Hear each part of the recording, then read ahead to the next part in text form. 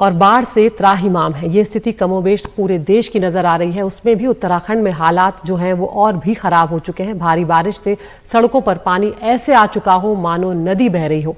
ये सब उस चारधाम यात्रा के बीच हो रहा है, लेकिन ये यात्रा भी रुकी हुई है। ऐसा उत्तराखंड में कई जगहों पर लैंडस्लाइड के कारण हुआ है। एक रिपोर्ट आपको दिखाते हैं।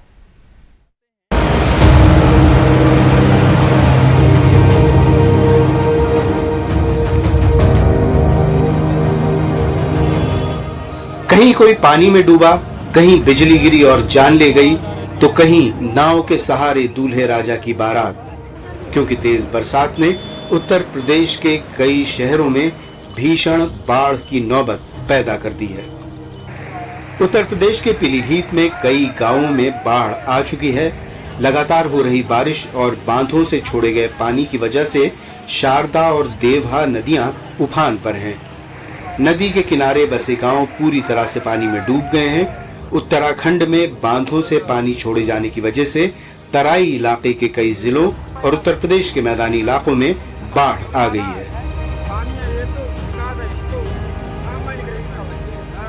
चूंकि इसमें गाड़ी जा पाना संभव नहीं है, तो ट्रैक्टर से लोगों को, जो हमारी कम्युनिटी किचन है उसमें जो भोजन दिया जा रहा है निःशुल्क प्रशासन के द्वारा, उसी को देखने के लिए और लोगों के यहाँ क्या स्थिति है उसको देखने के लिए जा रहे हैं। हमारे पास SDRF की 2 टीमें उपलब्ध हैं।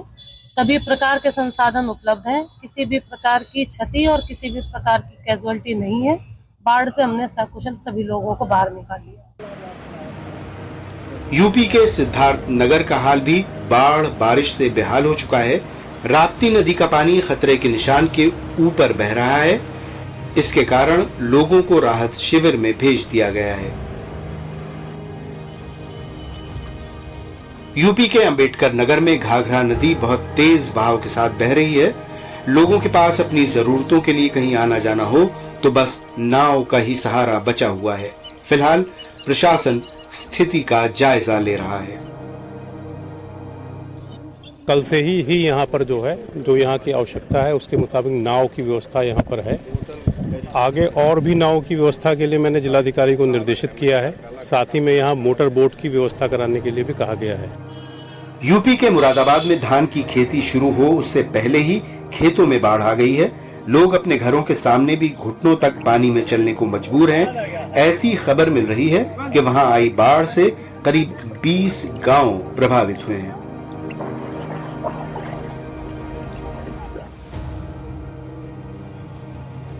उसी तरह शाहजहांपुर में भी जनजीवन अस्त व्यस्त हो गया। नदियों का जल स्तर बढ़ने से रिहायशी इलाकों में पानी घुस गया है, जिससे लोगों को काफी परेशानी हो रही है।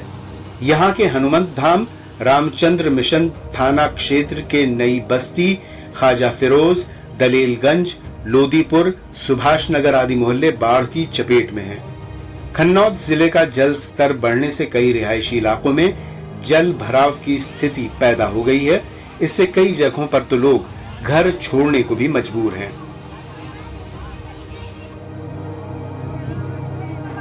इस बीच सिद्धार्थनगर की ये तस्वीर सोशल मीडिया पर खूब वायरल हो रही है, जहां दूल्हे को नाव पर बिठाकर शादी के लिए जाना पड़ा।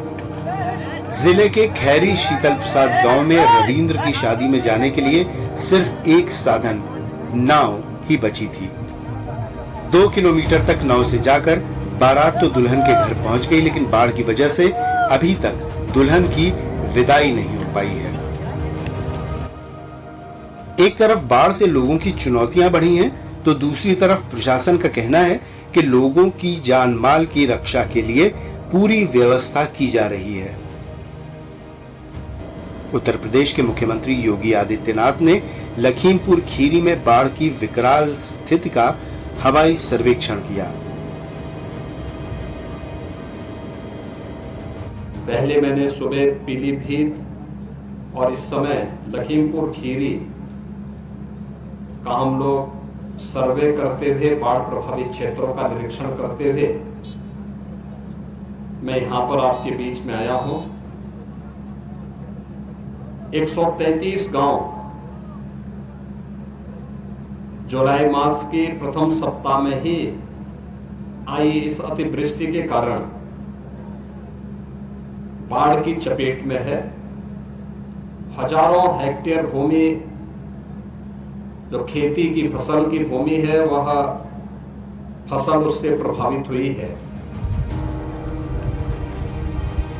बाढ़ का इतना ही बुरा हाल बिहार में भी है। वहां भी कई इलाके पानी पानी हुए जा रहे हैं और इसीलिए बिहार के गोपालगंज में दूल्हे राजा को हाथी, घोड़ा या कार नहीं मिली, बल्कि सज धज कर नाव की सवारी करनी पड़ी। बारातियों को गांव से चलकर पहले नाव से कुछ दूर जाना पड़ा, फिर वहां से वाहन का इंतजाम हो सका।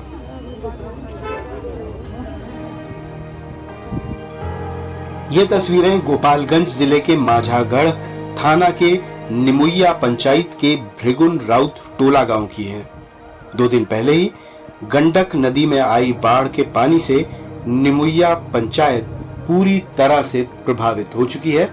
नतीजतन इस गांव के विकास यादव को अपनी शादी के लिए 2 किलोमीटर की दूरी नाव से तय करनी पड़ी। महसूस तो हम लोगों का हो रहा है कि ऐसा नहीं होना चाहिए, लेकिन जब बाढ़ अचानक आ गया तो हम लोग क्या करें, यही साधने है, नाव छोड़कर दूसरा कोई साधने नहीं, तो हम लोग क्या करेंगे इस परिस्थिति में। क्या गांव का नाम है? माघी निमुइया। टोला भी है? हाँ, निमुइया है, भृगु राउत का टोला बोलता है। मलाही में किनके यहाँ बारात जा रहा है? सत्येंद्र यादव की है। तो विदाई होगा, कल लौटिएगा आप लोग, तो फिर नाव से ही दुल्हन को ले हाँ, जाइएगा? फिर नावे से ले जाएंगे, क्या करेंगे हम, तो कोई साधन नहीं है, तो नावे में है साधन, तो इसी से ले जाएंगे। नेपाल में भारी बारिश और बिहार में भी मॉनसून की सक्रियता का असर नदियों के जल स्तर पर साफ दिख रहा है। कई इलाकों में बाढ़ का पानी फैल चुका है। दियारा इलाका पूरी तरह से डूबने लगा है। सरकार भी कह रही है कि सब गड़बड़ी नेपाल की है, जिसने 2004 के बाद रिकॉर्ड पानी छोड़ा है। इससे पश्चिम चंपारण, पूर्वी चंपारण, गोपालगंज, मधुबनी और कोसी सीमांचल के कई जिलों में स्थिति चिंताजनक है। केंद्रीय जल आयोग के अनुसार गंडक, कोसी, बागमती, महानंदा, परमान जैसी नदियां कई स्थानों पर खतरे के निशान से ऊपर बह रही हैं। बिहार के मोतिहारी में बाढ़ का पानी कुछ घरों के साथ स्थानीय प्रशासन के कार्यालय में भी भर गया है। इससे सरकारी कामकाज भी ठप पड़ने लगे हैं।